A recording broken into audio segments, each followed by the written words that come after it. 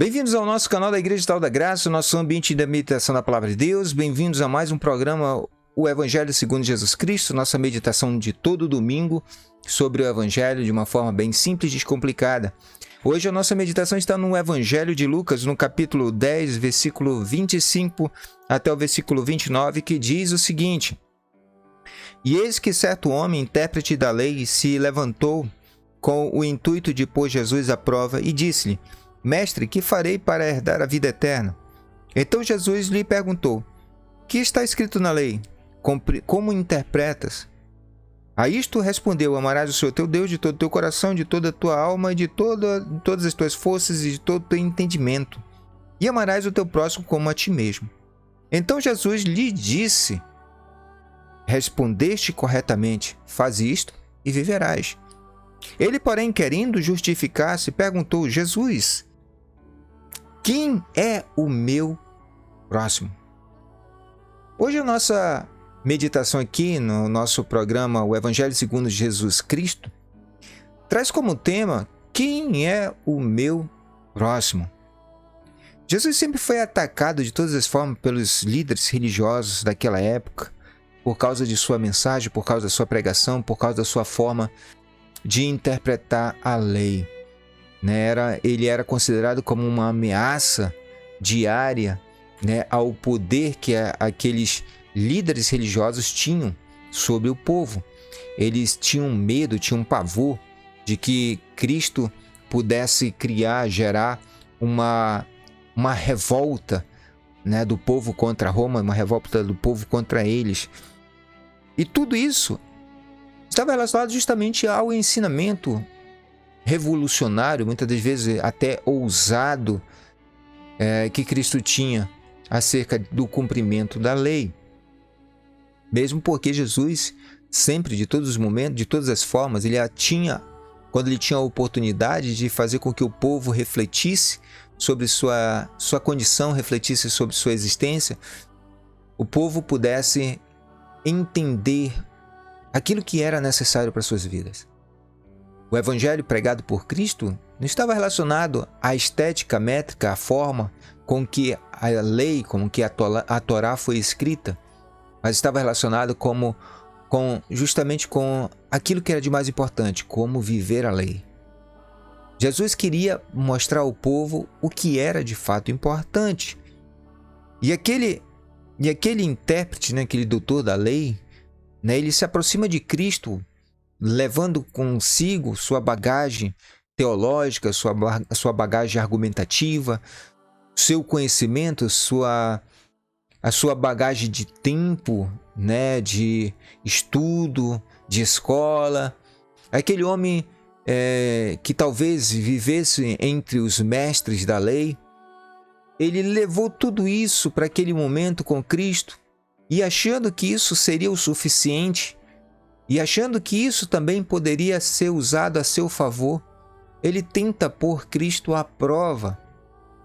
Ele tenta se colocar diante de Cristo, ele tenta se autoafirmar, usando Cristo de alguma maneira, tentando fazer com que ele entrasse em contradição. No entanto, aquele momento, para aquele homem era um teste de conhecimento.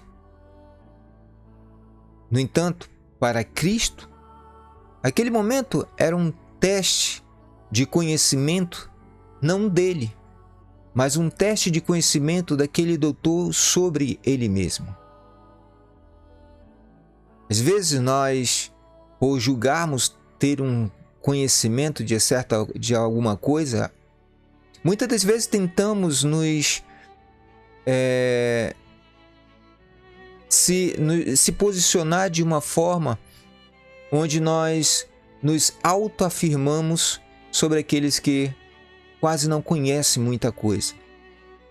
E na maioria das vezes, aqueles que julgam conhecer algo se surpreendem com a capacidade de conhecimento que aquelas pessoas que muitas das vezes são incultas, são iletradas, possuem. Porque ali, naquele momento que Cristo estava com aquele doutor, e aquele doutor da lei faz a pergunta, né, se baseando no seu conhecimento, né, e apesar de sua pergunta ser um teste para medir o conhecimento de Cristo, ela acaba por se revelar um momento onde aquele homem se descobre, né, naquilo que ele não conseguia enxergar.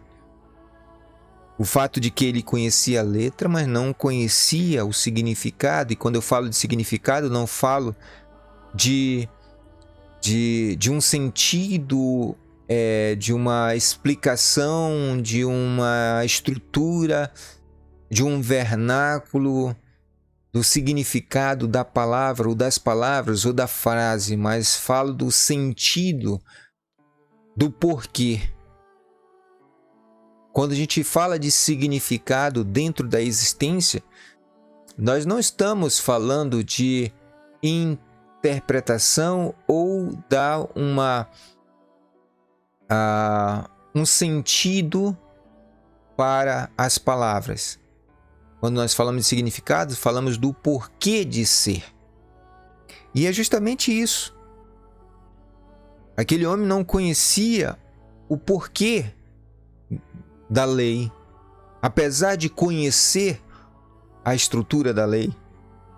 Ele não tinha o conhecimento da essência, ou seja, do espírito que a lei carregava.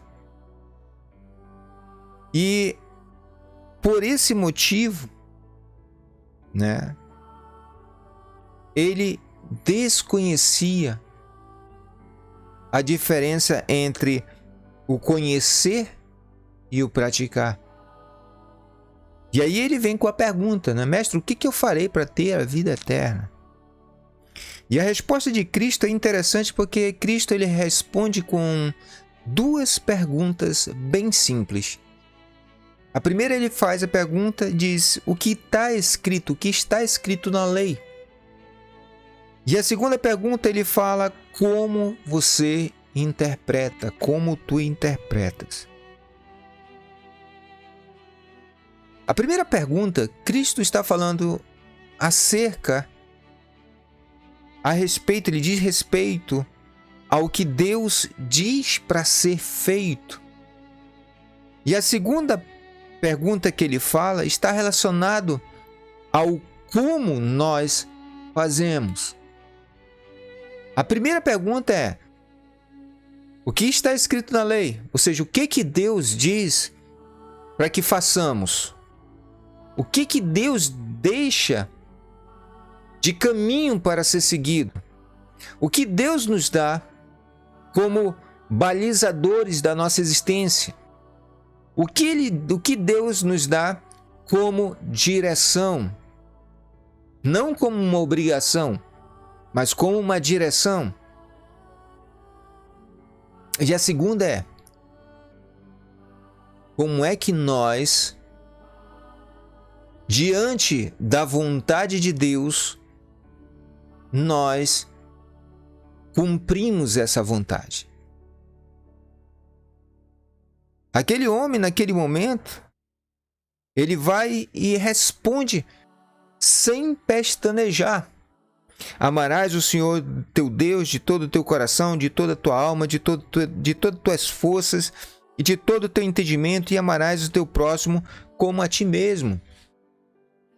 Aquele homem sabia o que Deus tinha dito ao povo para que o povo fizesse.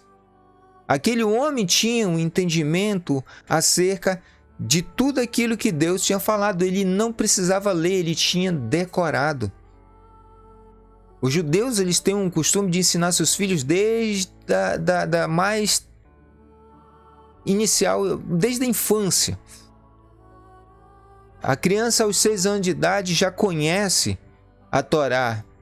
Aos 12 anos de idade, ela já discute, aos 13 anos de idade, já discute a prática da lei oral. Ele já tem a maturidade, ele já chega à fase adulta aos 13 anos de idade. Ele já se senta do lado dos mestres no templo para discutir como a lei deve ser cumprida. Aquele homem tinha passado por todas as fases de conhecimento acerca da lei, desde a sua infância até aquele presente momento. E ele responde de uma forma perfeita a primeira pergunta. Porque ele conhecia, ele sabia o que estava escrito. Ele sabia o que era passado de geração para geração, seja por via oral ou seja por via escrita. E Jesus Cristo, quando ouve a resposta daquele homem, ele faz um elogio àquele homem dizendo: respondeste corretamente. No entanto, quando Jesus continua esta fala, ele diz: faz isto e viverás. Por que Jesus Cristo diz: faz isto e viverás? Porque aquele homem, até aquele momento, tinha carregado o fardo da religiosidade. Um fardo onde você precisa, necessita e tem que conhecer as Escrituras, se possível decorá-las, se possível entender toda a métrica, o rito. Você tem que saber as coisas mínimas, detalhadas do que está escrito. A religiosidade faz com que o homem mecanicamente assimile todas as coisas. Isso me faz lembrar de Isaías, quando Deus fala que o coração deste povo está longe de mim, porque a sua observância, a sua obediência, o seu entendimento está pautada sobre ensinamentos que foram aprendidos mecanicamente. A religiosidade, ela mecaniza a fé, mecaniza a espiritualidade. E hoje, no momento que nós vivemos na existência presente, é o que nós mais contemplamos, é o processo de mecanização da fé. Hoje as pessoas estão mecanizadas,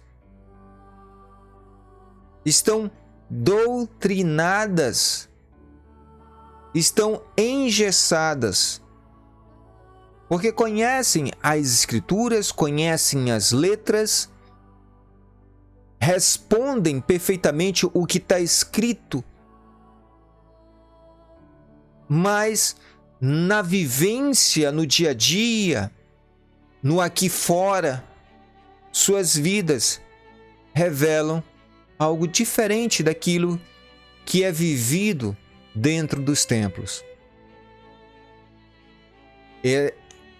Essa pergunta de Cristo, o que está escrito na lei e como interpretas, ele nos ensina algo importante, que não basta apenas conhecer, não basta apenas ter o conhecimento da letra, é necessário viver. O apóstolo Paulo, ele fala algo interessante. Ele diz que os gentios, eles cumprem a lei sem ter a lei, porque eles cumprem a lei pela lei da consciência. Eu não preciso ser religioso para cumprir a lei. Eu não preciso ser evangélico para viver o evangelho. Eu não preciso ser um católico para viver a graça de Deus. Porque se eu não viver a vida, de maneira nenhuma, o evangelho fará sentido dentro dessas comunidades que eu citei. Quando o apóstolo Paulo fala que os gentios cumprem a lei sem lei, ele está dizendo: olha, a lei de Deus já está dentro de cada um de nós, é a consciência. Se eu tenho a consciência de honrar pai e mãe e eu honro, eu estou cumprindo o mandamento de Deus. Se eu respeito o meu próximo, meu semelhante, eu estou cumprindo a lei. Se eu respeito os bens do meu próximo, eu estou cumprindo a lei. Se eu respeito as leis de meu país, eu estou cumprindo a lei de Deus. Mesmo que eu não esteja dentro das instituições religiosas. Porque quando eu falo de instituição religiosa, eu falo justamente disso, da religiosidade. A religiosidade, ela institucionaliza a fé. A religiosidade, ela engessa o evangelho. A religiosidade cria normas, regras, estatutos, medidas, pesos dos quais nem eles, nem aqueles que criam são capazes de carregar. Eles retiram um fardo para colocar outro fardo. Ao invés de retirar o fardo e mostrar à pessoa o fardo de Cristo. Esse homem, esse doutor da lei, se julgava ter aquilo que era necessário para a salvação. E na realidade ele não tinha. Não adianta ter a teoria sem a prática. Muito tempo atrás eu sempre falava, não adianta você ser um católico teórico, não adianta você ser um evangélico teórico, não adianta você ser o que for, se for apenas na teoria. Você precisa aprender a viver a vida. Você precisa aprender a viver o evangelho aqui fora. Você precisa aprender a enfrentar as adversidades no dia a dia. Você não tem que ser aquele tipo de religioso do qual qualquer problema você está jogando na cara de Deus, versículos e mais versículos da Bíblia, tentando forçar a Deus a agir a teu favor. Enfrente o problema de cabeça erguida, vá em frente e siga. Problemas são feitos para ser superados.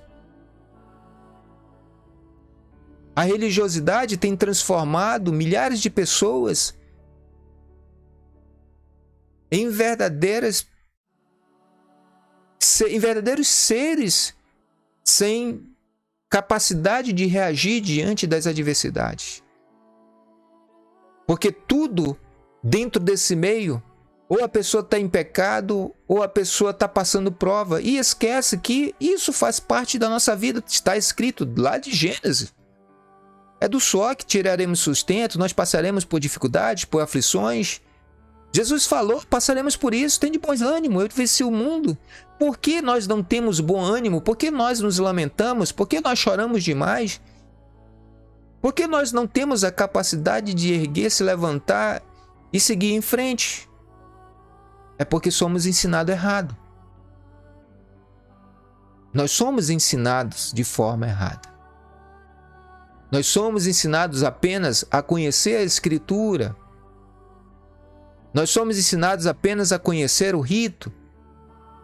Nós somos ensinados apenas a conhecer a métrica, a homilética, a hermenêutica, a exegese, das quais nós não usaremos na vida.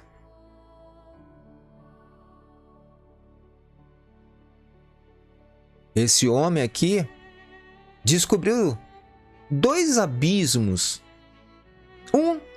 Primeiro abismo está relacionado com a primeira pergunta. O que diz as Escrituras? O que diz a lei? Ele encontra o abismo existencial ali porque ele pensou, poxa, eu conheço as Escrituras, eu entendo tudo isso. A minha resposta foi perfeita. Mas por que ainda estou em falta? É porque não adianta você conhecer se você não pratica. E aí vem o segundo abismo existencial desse homem. Foi quando ele não teve resposta para a segunda pergunta de Cristo, que Cristo fez. Como tu interpretas? Porque não adianta ele conhecer as Escrituras se ele não consegue viver Hoje, as igrejas estão lotadas de pessoas que são muito boas para cantar, são muito boas para orar, são muito boas para fazer número, são muito boas para compor coral, são muito boas para aplaudir, são muito boas para estar ali naquele momento, mas fora daquilo ali, não conseguem viver. Estão nas escolas dominicais, estão nas escolas de líderes, fazem teologia, frequentam escolas bíblicas, mas não conseguem viver. Por quê? Porque entre a teoria e a prática existe um abismo existencial, da qual a religiosidade não preenche. E quem pode preencher? Somente Cristo. E que quando Cristo entra, a primeira coisa que Cristo faz, ele derruba as paredes da religiosidade para erguer as paredes da graça. E é justamente esse é o problema. Porque Cristo traz uma parábola para mostrar isso ao doutor da lei. A parábola do bom samaritano, onde um cidadão israelita sofre um assalto, fica quase morto, na beira do caminho, e passa um sacerdote, olha, vê, contempla, sem nenhum sentimento de piedade nem compaixão, levanta os olhos e segue o caminho porque tinha medo de se contaminar. Depois passa um levita, olha, vê a situação, mesma reação do sacerdote e passa à frente por medo de se contaminar. Isso parece familiar para você? Será que você já ouviu isso? Muitos pregaram, você não é do mundo, não precisa se misturar com os do mundo. Eu queria entender de onde foi tirado isso nas Escrituras, porque Jesus Cristo, quando fez a oração pelos discípulos, ele disse, olha, Pai, eu não peço que os tire do mundo, mas que livres do mal. O problema não é o mundo, o problema é o mal, e o mal não está fora do homem, o mal está dentro do homem. O mal está dentro do homem. É a religiosidade que separa as pessoas ao invés de uni-las. A religiosidade que cria a separação entre o nós e o eles. A religiosidade que cria instituições. A religiosidade que cria placas. A religiosidade que cria denominações. A religiosidade que cria a soberba, o orgulho e a ganância, porque é isso que está acontecendo. O evangelho está sendo esquecido para, no lugar do evangelho, ser pregado tudo menos a graça. E quando Cristo fala que, passando um samaritano, olhou aquele homem, sentiu compaixão e levou para uma estalagem, pagou a despesa de tudo aquele homem teria.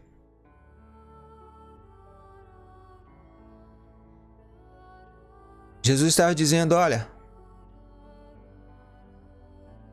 não é a religiosidade que vai te salvar. Não é o título de sou católico, sou evangélico, sou isso ou sou aquilo que vai te salvar. Não é o teu título, sou espírita, sou da Umbanda ou sou do candomblé. Não é isso que vai te salvar. O que vai te salvar de fato é a forma como você vê a realidade. É a forma como você está integrado à realidade. A forma como você se compadece do teu semelhante. A forma como você se coloca como o ombro, como a mão, como sustento, como o apoio do teu semelhante. Seja no momento alegre, seja no momento difícil, seja lá em qual momento for. A religiosidade, ela segrega, a religiosidade, ela separa, a religiosidade cria distanciamentos. Se você vive num ambiente que é assim, num ambiente que não te permite conversar, falar com outro que não faz parte da mesma instituição, se você vive num ambiente onde as pessoas te ensinam a ignorar os outros, onde te ensinam que você é melhor do que os outros, que ensinam que nós não somos do mundo, comece a repensar, comece a rever, porque esse ambiente não é um ambiente sadio. Porque você pode revirar o evangelho todo, Mateus, Marcos, Lucas e João, você nunca verá Cristo fazendo isso. Cristo acolhe a todos. E quando aquele homem diz, qual é o meu próximo? Jesus pergunta, quem foi o próximo daquele homem? Foi o sacerdote? Foi o levita ou foi o samaritano? Foi o samaritano. É aqui que Cristo quebra as barreiras, as paredes, as estruturas da religiosidade.